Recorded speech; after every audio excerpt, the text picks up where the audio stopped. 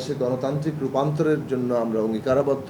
আমরা সেই লক্ষ্য নিয়ে কাজ করি এবং সেই লক্ষ্যে আমরা আমাদের নিজেদের দলকে যেমন সংহত করার চেষ্টা করেছি, জনগণকে ঐক্যবদ্ধ করার মধ্য দিয়ে, তেমনি জনগণের মধ্যে বৃহত্তর ঐক্য সৃষ্টির জন্য যখনই আমরা দেখেছি যে অপরাপর রাজনৈতিক দলগুলো সুনির্দিষ্ট গণতান্ত্রিক রূপান্তরের লক্ষ্যকে সামনে আনছেন, তখন আমরা তাদের সাথে ঐক্যবদ্ধ করার চেষ্টা করেছি। এবং সেইটা যখনই আমরা এই ফ্যাসিবাদ বিরোধী লড়াইয়ের মধ্যে রাষ্ট্র ব্যবস্থার সংস্কার, মেরামত এবং রূপান্তরের কর্মসূচি এটা অন্যান্য দলের মধ্যেও সামনে এসছে, আমরা তাদের সাথে ঐক্যবদ্ধ হয়েছি এবং সেই ঐক্যের ধারাবাহিকতা এখনও বজায় রেখেছি। একটা গণতান্ত্রিক রূপান্তরের জন্য আমরা চেষ্টা করেছি যে কীভাবে অন্তর্বর্তীকালীন সময়ে এই যে গণতন্ত্রের প্রশ্নটা, মানে শাসন ক্ষমতার কিংবা কাঠামোর যে একটা গণতান্ত্রিক রূপান্তর, জবাবদিহি, ক্ষমতার ভারসাম্য তৈরি করা, এই প্রশ্নের সাংবিধানিক সংস্কার কী হবে, সেই বিষয়গুলো নিয়ে আমরা আলাপ আলোচনা করেছি। জুলাই জাতীয় সনদ তৈরি হয়েছে এবং সেটার পরে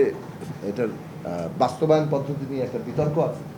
সেই বিতর্ক সত্ত্বেও নির্বাচন এবং নির্বাচনের পরে কিভাবে এই পথটা এই লক্ষ্যগুলো অর্জন করা যায়, এটা বাস্তবায়ন হবে, সেই প্রসঙ্গ নিয়ে আমাদের লড়াইটা অব্যাহত রাখার প্রশ্ন আছে।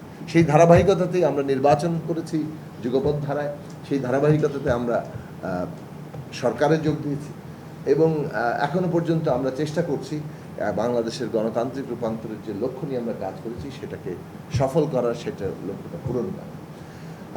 সেখানেই গণসংহতি আন্দোলনের ভূমিকার প্রশ্নটা একটা জায়গাতে এসছে যে গণসংহতি আন্দোলনের একটা নীতিগত অবস্থান ছিল যে দলের প্রধান যদি কখনো সরকারে যোগ দেন তাহলে তিনি দলীয় প্রধানের দায়িত্বে থাকবেন না। তো সেই নীতিগত অবস্থানটা আমরা এখন বাস্তব রূপ দিচ্ছি যে আমরা যেহেতু দলীয় প্রধান হিসেবে আমি দায়িত্ব পালন করছিলাম এবং দলীয় প্রধানের দায়িত্ব পালনকালীন অবস্থানে সরকারে যোগ দিয়েছি, এই দলীয় প্রধানের দায়িত্ব এটা আমরা ছেড়ে কিছুটা সাংগঠনিক প্রস্তুতি নিতে হয়েছে। আমরা আসলে কার্যত ইলেকশনের পরপরই এই নীতি কার্যকর করেছি, কিন্তু এটা ঘোষণা দিতে কিছুটা দেরি করেছি কারণ আমাদের নিজস্ব সাংগঠনিক কিছু প্রস্তুতির বিষয় ছিল। জুলাই জাতীয় সনদ নিয়ে তো কোনো বিতর্ক আমরা দেখছি না। জুলাই জাতীয় সনদের বিষয় নিয়ে বরং যে স্বাক্ষর করা হয়েছিল সেই জুলাই জাতীয় সনদ বাস্তবায়ন করাটাই মূল ফোকাসের জায়গা ছিল। সেখানে বিভিন্ন দলের নোট অফ ডিসেন্ট আছে এবং ওখানে তো পরিষ্কারভাবে এই বিষয়ে ঐকমত্য তৈরি হয়েছিল যে জুলাই জাতীয় সনদ মানে বিভিন্ন বিষয়ে আমাদের যাদের পার্থক্য হচ্ছে সেটা নোট অফ ডিসেন্ট আকারে থাকবে এবং রাজনৈতিক দলগুলো তাদের ম্যানিফেস্টোতে সেই নোট অফ ডিসেন্টগুলো, তাদের মতামতগুলো নিয়ে জনগণের কাছে যাবে। যে দল সংখ্যাগরিষ্ঠতা পাবে সেই দলের মতামতটাই তখন এই পরিবর্তনের ক্ষেত্রে প্রাধান্য পাবে।